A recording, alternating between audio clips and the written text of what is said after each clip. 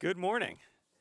Lovely to be with all of you. I'm Raj Kumar. I'm the president and editor-in-chief at Devex. We're thrilled to be a media partner now for several years with the Paris Peace Forum. And one feature of the Paris Peace Forum is when they gather you for these sessions, they do make you work. They do not give us easy questions to answer.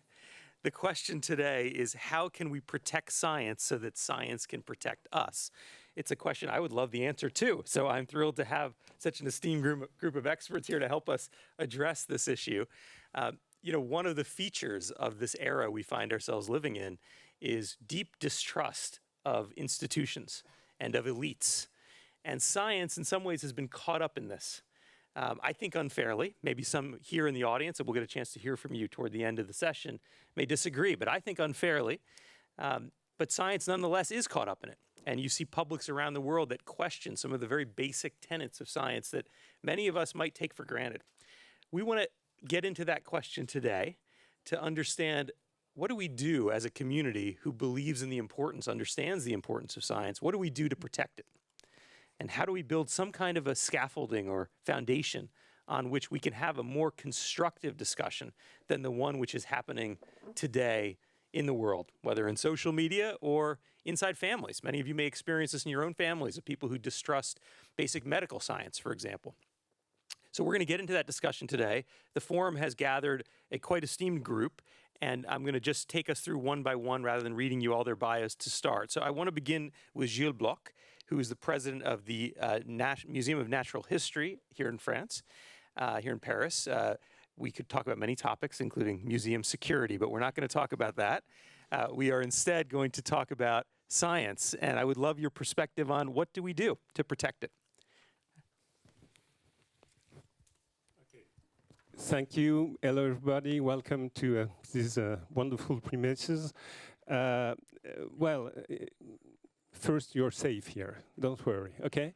But science is not safe, clearly. And I will just tell you a recent story. It's not on the recent thief of our gold nuggets. It's about our attack where we were attacked through the crypt locking of all our data. It was during the summer. And this is typical because we, as an academic institution, like some universities, in the world where we live today, we are symbols that represents freedom, that represents a strong support to democracy, that represents education, so that people can be self-reliable in terms of thinking. And so we become clearly the targets of some actors. I will not drop names, it's not necessary. But clearly we are in a situation where we become a target against for people who are really very active against science. And for this first introductory talk, I would like to share with you my convictions that we should not be defensive. You cannot put science behind walls. You cannot put science in safe and do science of quality. Science is open. We have to share knowledge. And my feeling is that our failure, when you look over the last maybe 20 or 30 years, is that we were not able to share our science sufficiently with the society. It's clearly a question of understanding what science is, where you're a young people with a basic education, and very rapidly these people forget what they have learned. And so my feeling is that we should clearly raise the commitment of universities, of museums like our National Museum of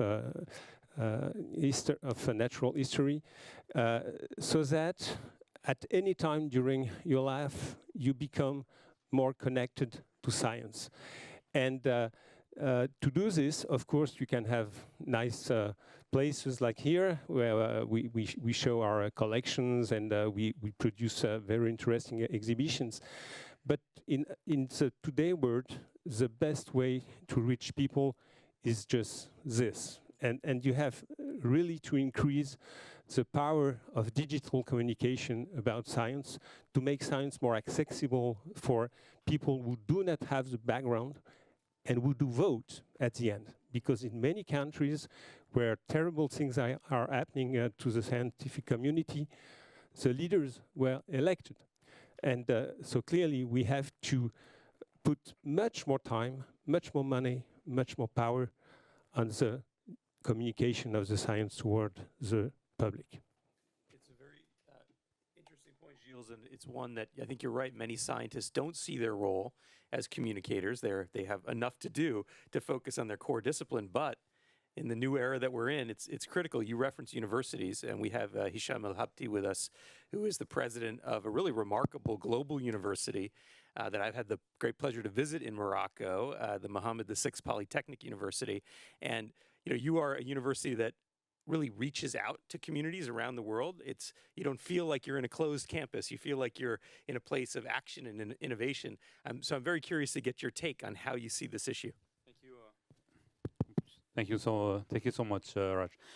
Yeah, we were blessed by having our first campus in a city in Morocco, very small one, with very low average in terms of revenues and with a lot of challenges, mainly linked to the agriculture, because Morocco, as you know, is suffering a lot from the drought, and this region is suffering even more. So from day one, we knew that we have no choice except being in connection with the community from day one. So we cannot just build a campus from scratch. We are a very young university, was inaugurated in 2017, so we are about 9 years old, and we cannot just imagine this campus without a link with the communities. If the first campus of the university was built in Casablanca or in Marrakesh or in Rabat, perhaps it could be another story, but this is our story. And it was from day one in our DNA. What we are doing, I will just share some examples. For instance, as I said, this region is suffering from the drought, so the wheat is not growing anymore. So our researchers are working in introducing new crops like the quinoa, which is not a crop that Morocco used to do, but not just bringing the seed and giving them to the farmers, but working with the farmers hand in hand, because this is a matter of change. And this is a complex topic. And this is even for our food system, it's not a part of that in Morocco. So what is the best seed for this region, for the soil of this region? How the community could valorize this new crop, and so on and so forth. So we had the science in the lab, but the science in the field. And we brought, and we are still bringing, the communities to the campus. My joy, my personal joy is I saw ladies, 50 years old, 60 years old, next in the classroom next to the newcomers, the freshmen, is 17, 18. The same building, really the same building, and they are the classroom next to the other. So this is one example. The second is about what Gilles just said. Well, this is the science. So how could we share what we are doing? How could we define the science? So two initiatives. The first one, every Wednesday, when next time you come to the university, come a Wednesday, and you will see about 100 kids between 12 to 14 years old spending the day at UM6B, at the university, visiting the labs, just see. So meeting with the researchers, having lunch, going to our coding school, and living with some goodies. This is the science. The second initiative is now for the public. So on TV, we have one of our faculty, his own a show called Science and Civilizations. and it's once each 2 weeks or once a week, and it's one of the best audience of the national broadcast. It's 1 million views. So this is the kind of thing. Last but not least is in the agriculture, we have a program called Al-Mutmir. It's extension services working the farmers not just next to our campus, but now on Morocco, and we are extending that to all Africa. So bringing science from the lab to the farmer on the field. I think Gilles gave us a great roadmap for why communications is important. And now, Hisham, you've explained how to actually directly engage the community to communicate in a peer-to-peer way. Even spending time with kids on campus has got to change the way people think and understand the audience that they're speaking to. Very interesting to hear that. Majun is the founding director of the Institute of Public Environmental Affairs. I'd love to hear your take on this issue as well.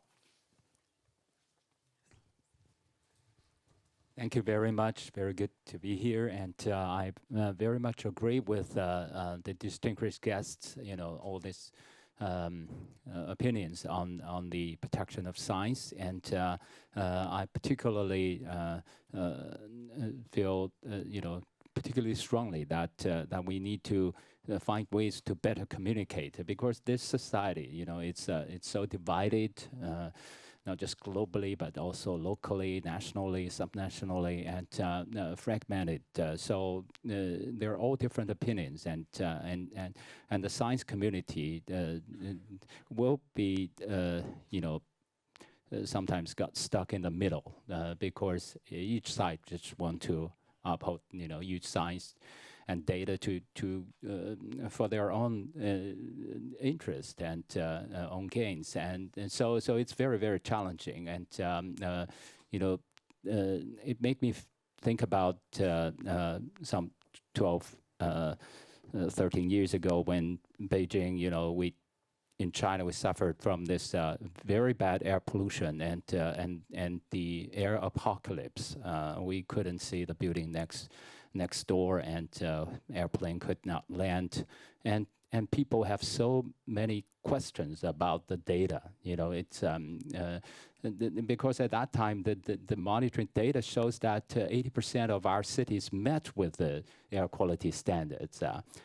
People have a lot of questions, and of course we did our research, and we trust that we need better monitoring and full total disclosure. So we launched the Total Transparency Initiative, and the government lent a year to the public opinion and decided to roll out a national monitoring system, and then not just on the air quality side, but also on the emitter side,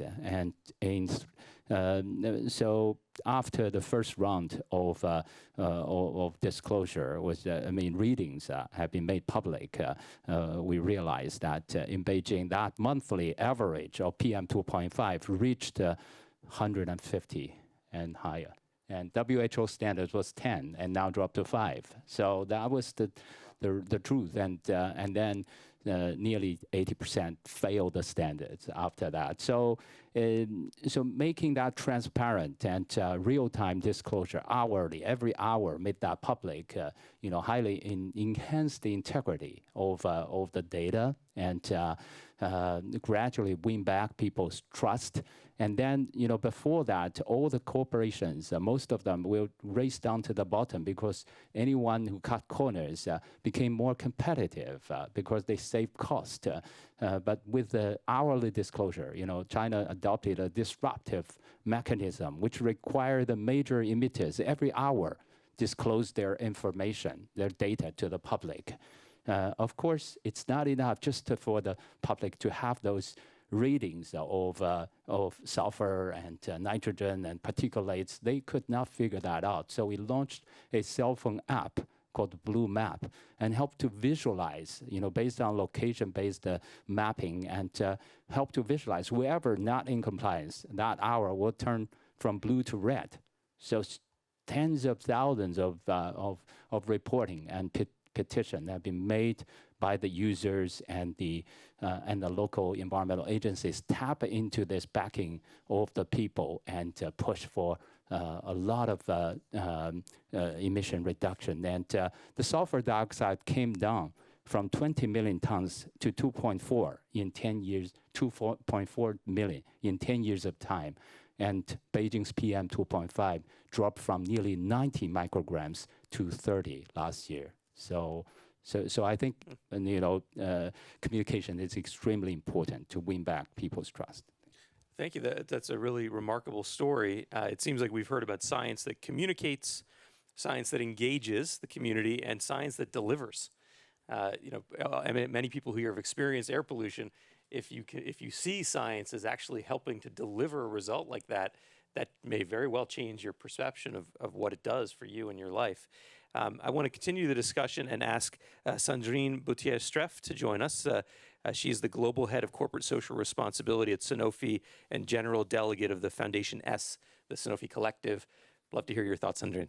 Thank you. So clearly, science is absolutely key in health. And so for many centuries, science helped to save lives. So we started to eradicate a lot of disease. And so we are continuing with malaria. We are not so far to eradicate poliomyelitis. So we are tuberculosis and so on. So HIV. So I won't tell all the list of diseases that are concerned, but thanks to science, now we can save lives. So it's absolutely key for the healthcare system on the whole, and particularly for pharma companies. So indeed, at Sanofi, we are a very R&D-driven company and AI-powered biopharma. And in biopharma company, we need science in order to better understand the mechanism and the way the body is running, and so to go deeper in the bodies in order to understand what are the mechanisms that can be activated. And biopharma and immunology are new ways to treat people and to save lives.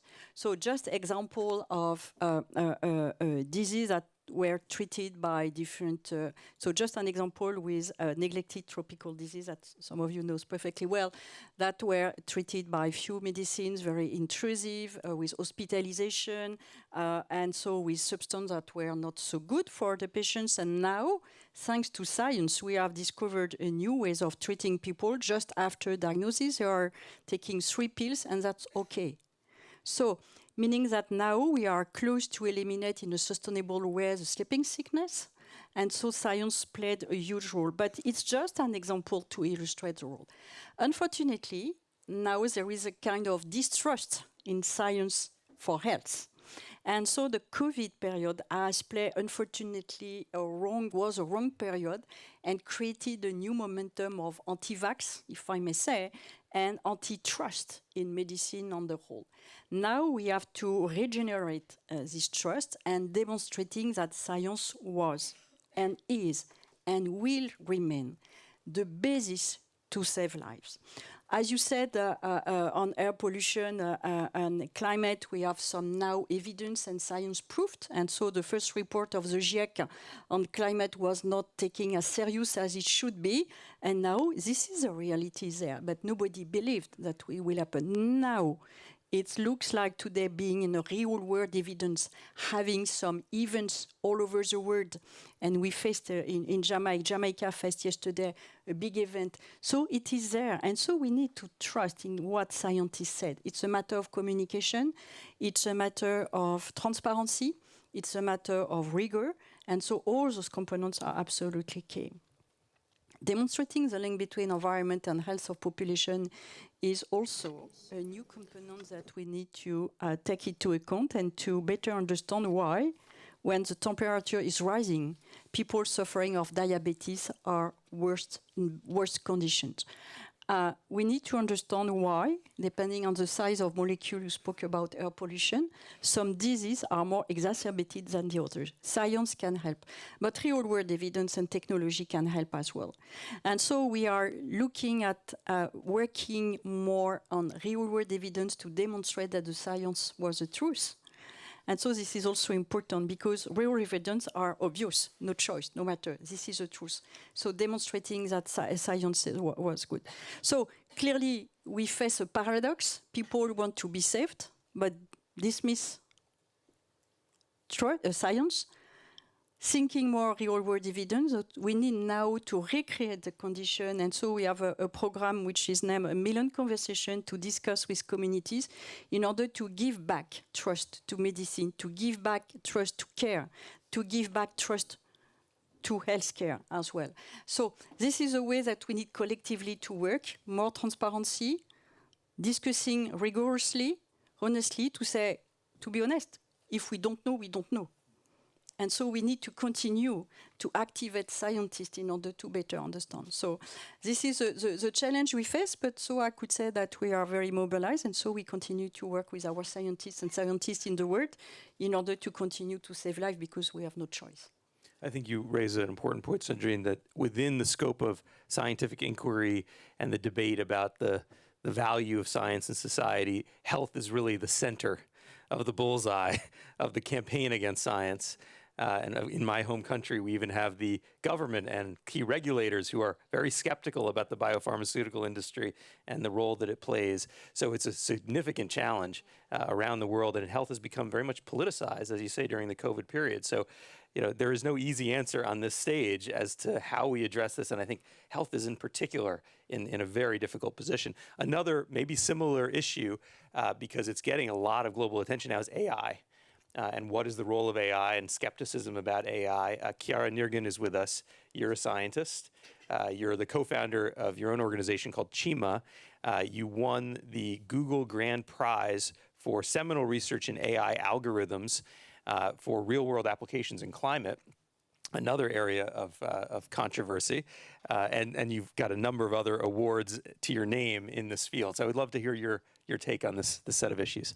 Well, it's definitely something front and center to what we do every single day. At CIMA, we're an applied AI research lab focused on exposing and advancing AI to understand the world and build net new worlds. We're venture-backed, and essentially what we're seeing by serving very large enterprises is that the entire landscape of how people engage with work is completely changing. After leading a lot of this research at Stanford, something that I realized was the entire way that people go to work and engage in knowledge work is completely changing, specifically with generative AI. When we look at models like GPT-5 from OpenAI, Opus 4.1 from Anthropic, what we're really seeing is that these models are not able to just replicate human behavior, but do it in a way that reduces risk and reduces error. Things like customer support, things like knowledge work that are traditionally used by Fortune 50 or 500 companies to actual humans are being replicated by AI agents. Now, what this means for young people entering the workforce is that what they're entering right now will very quickly change in a couple months or a couple years when GPT-6 comes out or the next model from Anthropic comes out. How we prepare our young people to enter the workforce right now means that we're able to expose them to these models, but also expose them with the knowledge that they will very quickly change and change rapidly. What that also means is that AI is taking over our feeds. Everything we see can either be AI generated or created with different AI models. It's different than the mobile era because AI is not trying to create net new minutes or hours with the way that you engage online. It's actually trying to steal the same minutes that you already spend online. If you've seen Sora videos, VO3 videos, you'll notice that a lot of the times for young people, they're more engaging on TikTok or Instagram than human-generated content. Now, that is significantly different and very new to the world of AI or generative AI. And it's really key to this discussion because it does expose a level of vulnerability and risk for people, but it also allows us to create net new generative AI worlds. Think about how you train nurses, firefighters, being able to create generative AI worlds with Google's best video model. For large companies, this produces a very big opportunity to change how they fundamentally are run, but also for startups. It allows us to move faster, be able to use better, smaller trained AI models by leading AI labs and create net new applications or products for people to use and experience in net new ways, which is very pivotal to this discussion. Fascinating. And, I think in some ways, as Sandrine talked about COVID being this moment that really mobilized the anti-vax, anti-health science community, AI is going to bring the world into maybe a similar kind of moment now as we see massive workforce disruption around the world and how people respond to that. Some people will be winners in that and some will be losers. And how will they think about AI and the broader scientific community behind it is an interesting question to explore. Let me bring in our other panelists, and let me just say, I would love to bring in the broader audience as well. So if you have thoughts, comments, questions, we want to hear them. Let me ask Benoit Mirabel to chime in. He's the president of One Sustainable Health for All Foundation. And we can pass the microphone down to you, I think. Thank you. Yes, as you just said, the lockdown, the pandemic, COVID-19 was an alarm for most of us. And in France, we had a lot of debate on TV, on social networks, about what is true, what is untrue about science. So we were several professionals discussing informally. We were stuck at home. And step by step, we have structured some international working groups. So the purpose is from science to societies. How the science is also reaching the society, the expert, the professional in a discussion with debate. As Sandrine said, sometimes we don't know, sometimes we know. And the doubt is part of the process. So, questioning the reality. Unfortunately, if we look to what happened in France, it seems that most of our citizens now are more doubt about the vaccine than before the pandemic, which is a real problem because science is moving forward. And between Gavi and between Sandrine from Sanofi, they are experts, and we know the challenge. We have AMR increasing a lot. So this is the context, and the decisions came step by step, month by month, by the commitment of people from everywhere. And next week, we have our annual meeting in Lyon, thanks to our partners. And we will start by listening 8 preparatory international conferences from Brazil with Fiocruz, from Africa, Senegal, Lebanon, India, China, Balkans. So everywhere you have, the questioning, and especially through this One Health, which is now including the planetary health approaches also, and somehow the SDGs, So the question is, what about our life, the life, and a healthy planet for healthy life? Somehow this is one of our main challenges. So to solve this, we need science. We need to invest in science. We need the credibility of science with an international approach, with the innovation. We need innovation. And we need the civil society part of the process. If not, they are not, if civil society, the citizens are not involved, there is a lot of doubts. You have the social network and question of credibility. And this is why we will start on Sunday. This professional forum will be on Monday on the occasion of the World One Health Day in Lyon. But Sunday, we will be at the City Hall in Lyon with citizens and professionals, having roundtable about nutrition and food. Microbiome come from science. And what's the microbiome? It comes from the land to the body, about the pollutions, what we learn. We need to invest today in genomic, exposomic crossroad. So we have many issues, and this has to be in a debate, in a dialogue with the civil society and the professional, and it is a case, it's underway, it's a contribution, and you are, of course, all invited to be part of this process. Thank you. I think, Benoit, you mentioned AMR, antimicrobial resistance. That's a great example of what the case you just made, that the world is hurtling toward a point where we may go to the hospital and expect we can be cured, and we can't be, because even a simple infection doesn't get cured anymore by the antibiotics that we're used to using.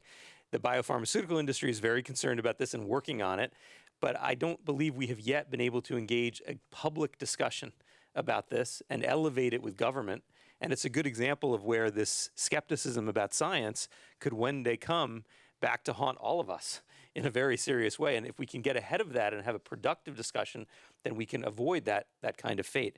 I want to bring in Michel Obersteiner, the professor and director of the Environmental Change Institute at the University of Oxford, and you're the science advisor for the Climate Overshoot Commission there. We'd love to hear your contribution to the discussion, please. Yes. So what we heard up to now is a very specific function of science, basically solving problem with Hisham on food security for Morocco, but also globally. How do we deal with a more efficient workforce with more AI, the air pollution problem, the vaccination problem, the health problem. So those are all deliverables that come from science. But there's another very important contribution of science, and this is how do we make better societies? And that's many times overlooked, and especially today, where we live in a more fragmented world, in a world of misinformation and so forth. This function of science is quite underdeveloped and underappreciated. And then we are in France, this is where the French Revolution happened, and where kind of, the free democracies in a way, and the spirit of humanity actually really started and got established. And this function is not really there yet. Also, we are just coming out of, when you look at the history, out of a situation of a Cold War. And we had an alternative system to look at.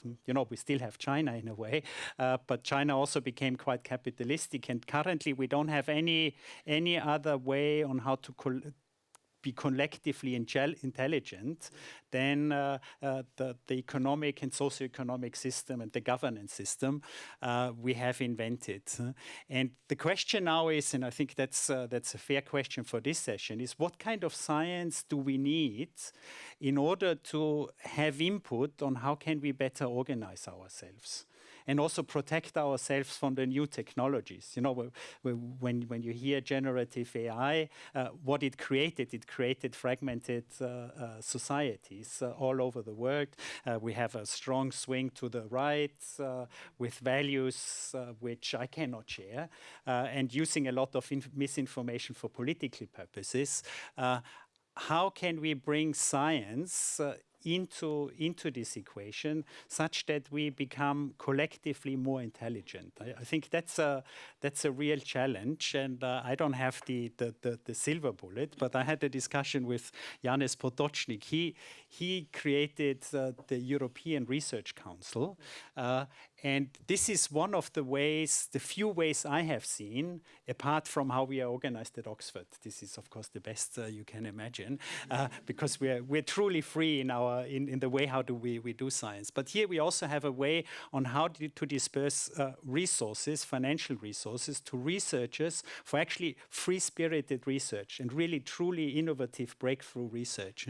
And I think this is one of the few elements or few examples I see that can be a paradigm on how open societies create a science kind of community that can generate this new knowledge which we need in order to create this collective intelligence which is needed. Apart from the deliverables we discussed before, the classical science and technology delivery train. I think it's an important point, and it's easy to forget that this city, this country, Europe, wouldn't be Europe without the Enlightenment. Yes. And the Enlightenment was not something apart from science. Science was core to even the word enlightenment, right? Mm-hmm. And it's a good point that we should not think of science as something on its own.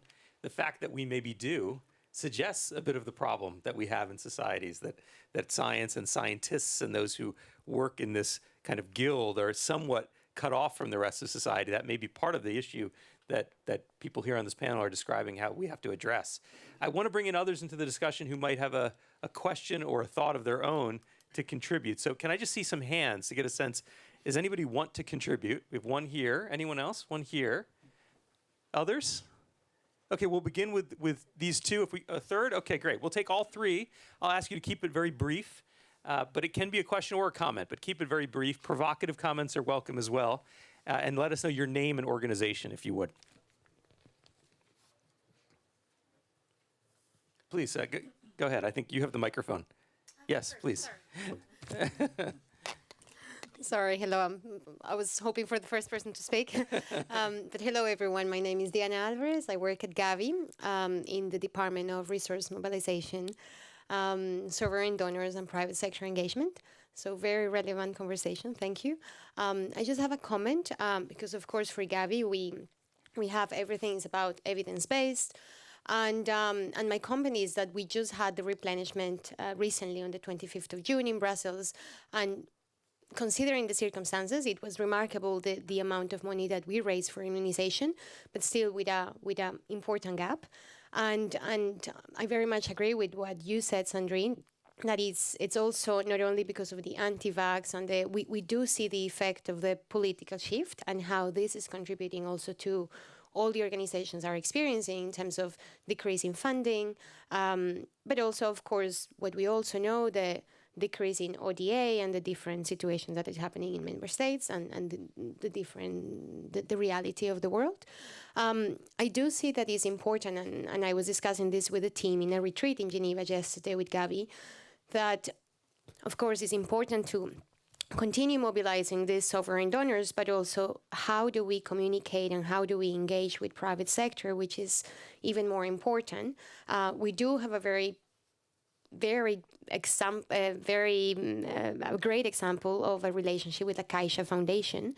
And we are very keen to continue collaboration, for example, with Sanofi, with other foundations, because indeed, science, we do need to believe in it. Thank you. Thank you. Yeah, and we can't forget that it was at that replenishment where Robert Kennedy sent in a video essentially calling into question the safety of vaccines at an event to raise funds for vaccines. We have a question or a comment right here. If we can bring the microphone over. Thank you. Hello, my name is Kara Dumbe-Kinge. I am a freelance consultant in STEM education, and I previously worked at Sanofi, by the way. So a very brief comment and then a question. What I remarked when I started giving courses about ethics of science and critical thinking is that we often forget the need to invest into human and social sciences.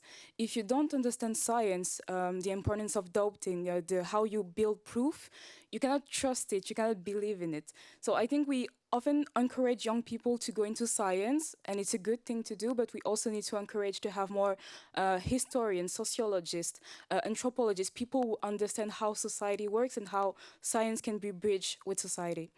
And for my quick question, it will be, how could we use open science, so making sure that publications are accessible, to have more trust in science? Because if science is behind a paywall, why would we trust it?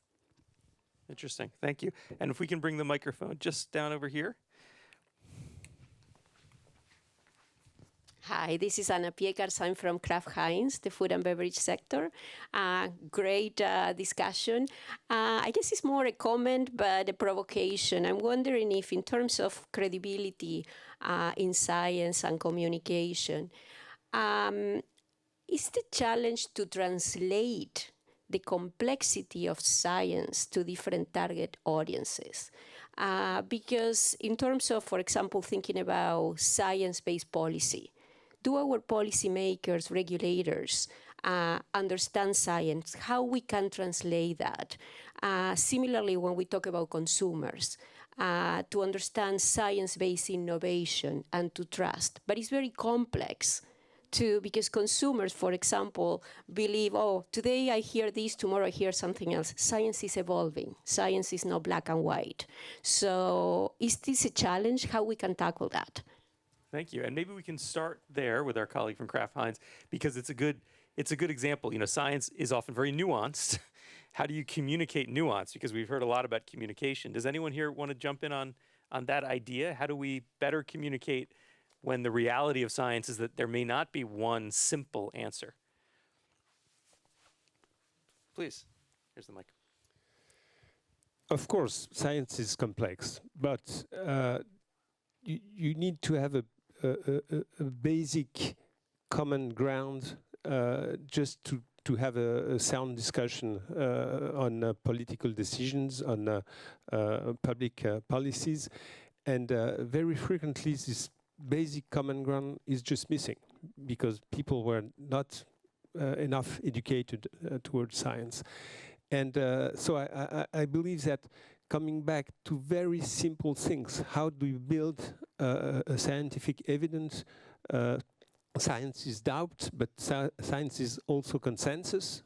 It's not just one person who will tell the truth, and the truth doesn't really exist in science. It's just a temporary agreement within the community. So these are simple concepts that can be shared, but to share this, you need time, you need attention.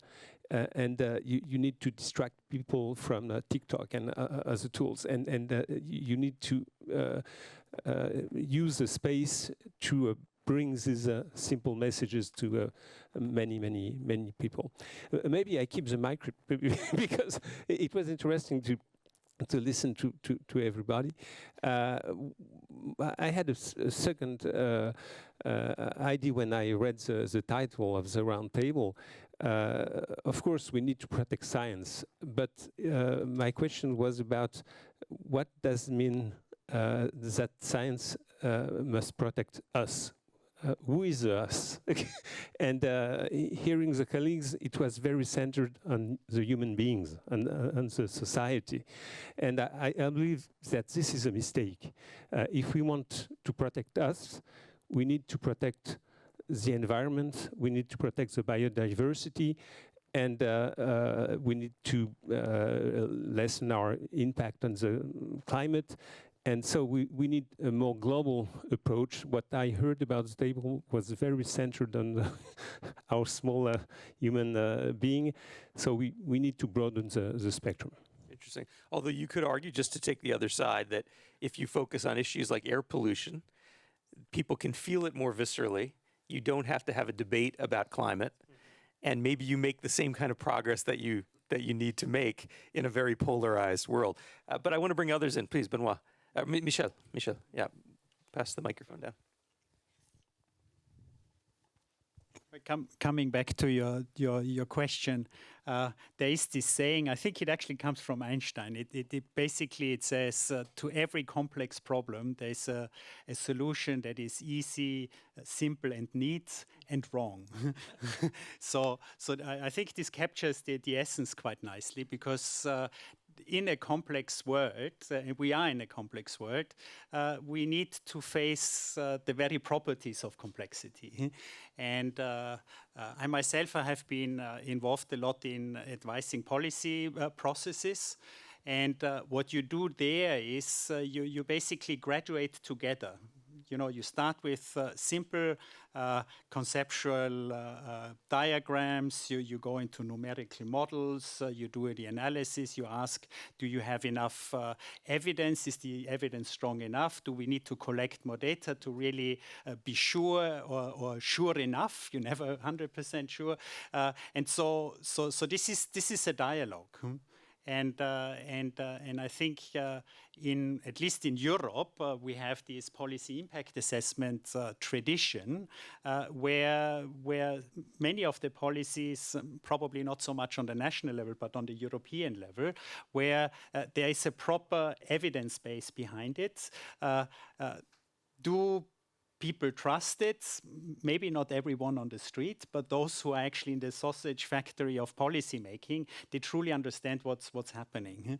And I think where science really needs to communicate more is on the individual decision-making issue. And here, for example, you know, when I just look at my sports app and I have all the measurements devices and so forth, there's a lot of science behind it. And all in a sudden, I realize I'm co-generating my evidence, and I react to my evidence. And the same thing we can roll out for many other topics. You know, just the simple issue of what do I eat for lunch today? You know, for a better planet, for less hunger in the world.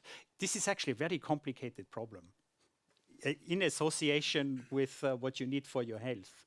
It's not an easy one, but with a co-evolution very much on the line with algorithms and data, you can actually make very good decisions. Yes. Sometimes also the gut feeling is also not bad. Huh? Yeah, and I think you're right. This is a way to get even more personal. We talked about how science can engage the community. You're talking about science can engage the individual. Mm-hmm. And I think we also heard the idea that it's not just about science, but even educating all people about what is science at a more abstract level. How does it work? And what are we trying to approach?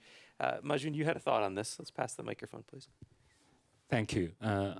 I think, first, externally, we want to create the space for the scientist communities to feel, to be free from the fear or pressure of censorship, so that they can pursue real scientific research. And of course, providing public funding and funding not just from the corporations and interest groups. I think it's equally important to ensure that externally, but internally, those gold standards of peer review and reproducibility and all of this, we need to follow that and how to ensure our own integrity. It's a scientist community. It's equally important. And on this challenging, provoking, issue of whether we started from taking care of human or the environment, I think, to many developing countries in the global south, I think there's a chance for us to start it from something easier that they feel right in the face. All this air, water, and soil pollution expose hundreds of millions of people to health hazards, and if we can start from there and deliver the results, then it can be quite helpful, to not just build the trust, but also from there, we can evolve into the conservation and protection of the entire ecosystem. And like in China, it's 30 micrograms. It's still 6 times the WHO standards.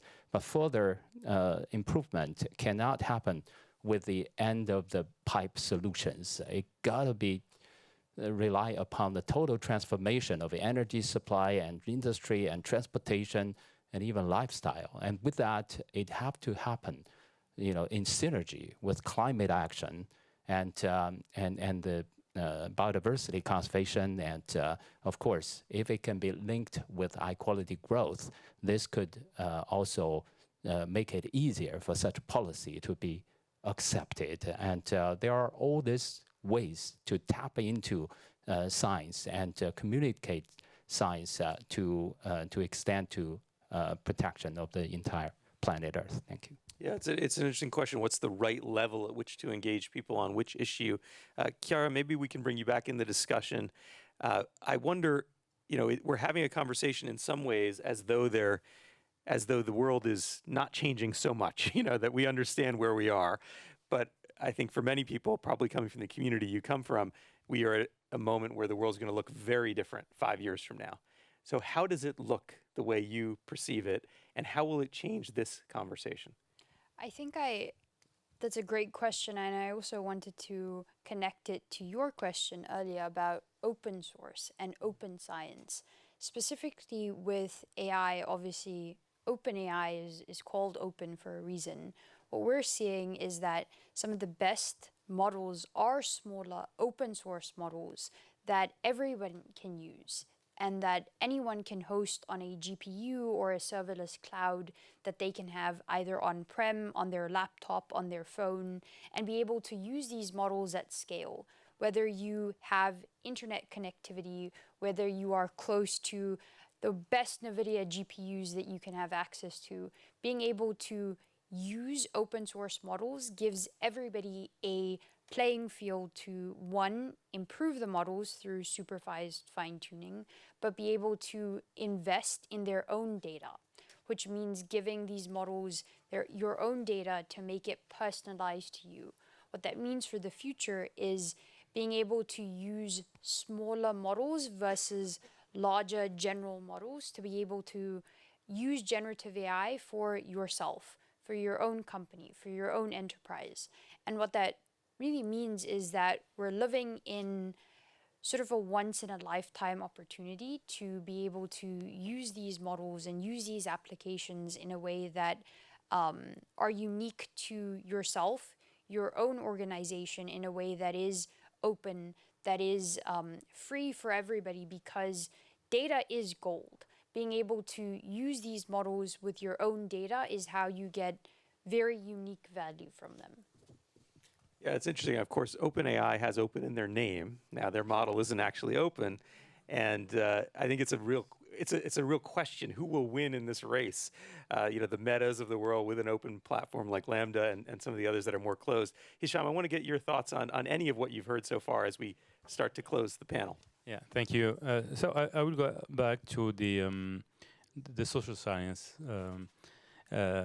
So as I said, UM6P is a very young university, so we have no legacy, and we are lucky to try to build something, which is very relevant to, as I said, to the community, to people. So we now have, it's mandatory for all the PhD students, for instance, to understand the history of science, the philosophy of science, how to, and one of the mandatory lectures are on the ethics in the science too, because at some point this publish or perish, we have the negative side of it, which is I will go and I have to publish, otherwise I will perish. And this is so how to change this, and it's linked to the open open science. So and we are seeing the impact on this the philosophy of science, the history of science, on how the PhD students are looking at what they are doing. So for it's I do agree 100%.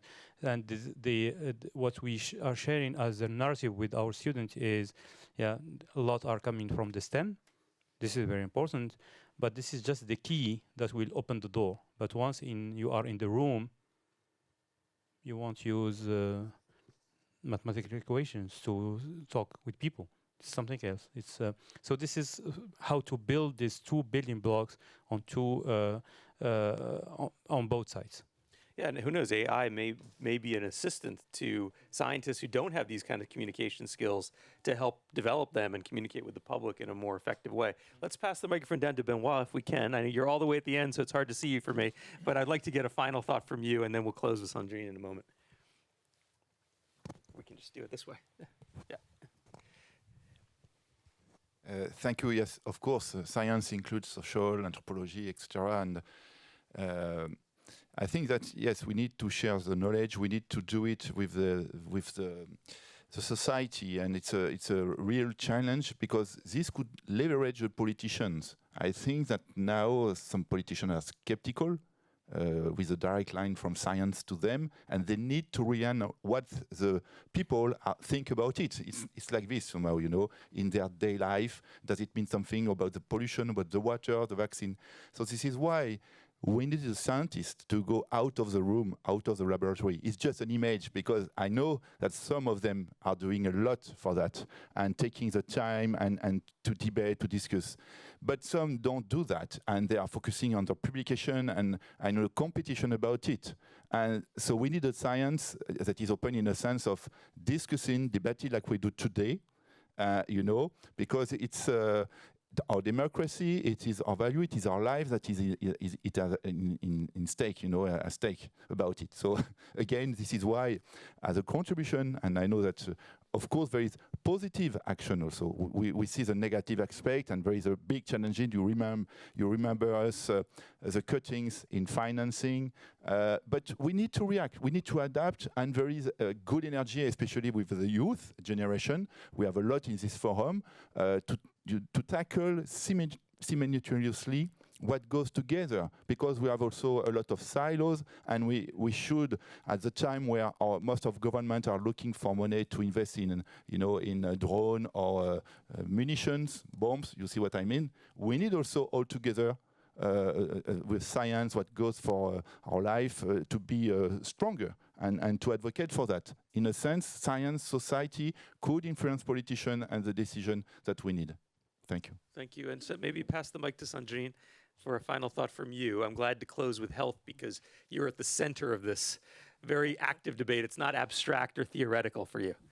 No, it's clear. So science, as I said before, it's at the heart of our activity, and so supporting patients, supporting communities, and you are fully right. We need to connect with the society on the whole. Now, in the past, we had treatment one fit for all. Whatever the location, whatever the genetic, whatever. Now, science is helping to be more adapted to, depending on the communities, but more and more and adapting to the human being itself. So for you, it's not the same treatment, and for you, it's not the same for you. It's a customized care. And so this is absolutely powerful, and this is what scientists are working on. But you imagine in terms of ethics, in terms of trust, in terms of transparency, it is a huge, huge challenge. But when it will work, because it will work, having a customized care, it's a big step ahead. But as you said, Benoit, if we are not supported by the society by itself, by politicians, by scientists by themselves, because sometimes they kill themselves just by communication, but this is the truth. So we need to reconnect with all the world and all the stakeholders that need to be invested and supporting in that way. So science is in danger today. We need all together to act collectively in order to restore the trust in science with our words by communicating better, and so avoiding some fake in media or in publication or in advertising. So not an easy thing to do. As Majun said, science finds itself stuck in the middle, right? And if you read our journalism at Devex, this year, as Diana has said, has been a remarkable year, right? People have questioned the very idea of global development, the idea of global cooperation. Should we be working together with other countries? Why not just spend the money domestically in our own place? We have our own problems. And I think it has forced many of us in different sectors and communities to ask existential questions. Why do we do this work? What is it for? Those questions are maybe an opportunity too, to reconnect with the purpose of what we do, and to not fall back on easy explanations of, well, of course our scientific institutions are important, or of course the academic institutions are important, but to get used to being ready to explain why, and to say to publics and make an argument to them why these are areas that should be valued and invested in. Not an easy thing, a very, very difficult moment for everyone on this stage here and for all of you in this community, but I think hopefully a moment we can learn from and take forward. So thank you for a really dynamic discussion. Thanks to the Paris Peace Forum for bringing this issue to its agenda, and my thanks to all of you for participating.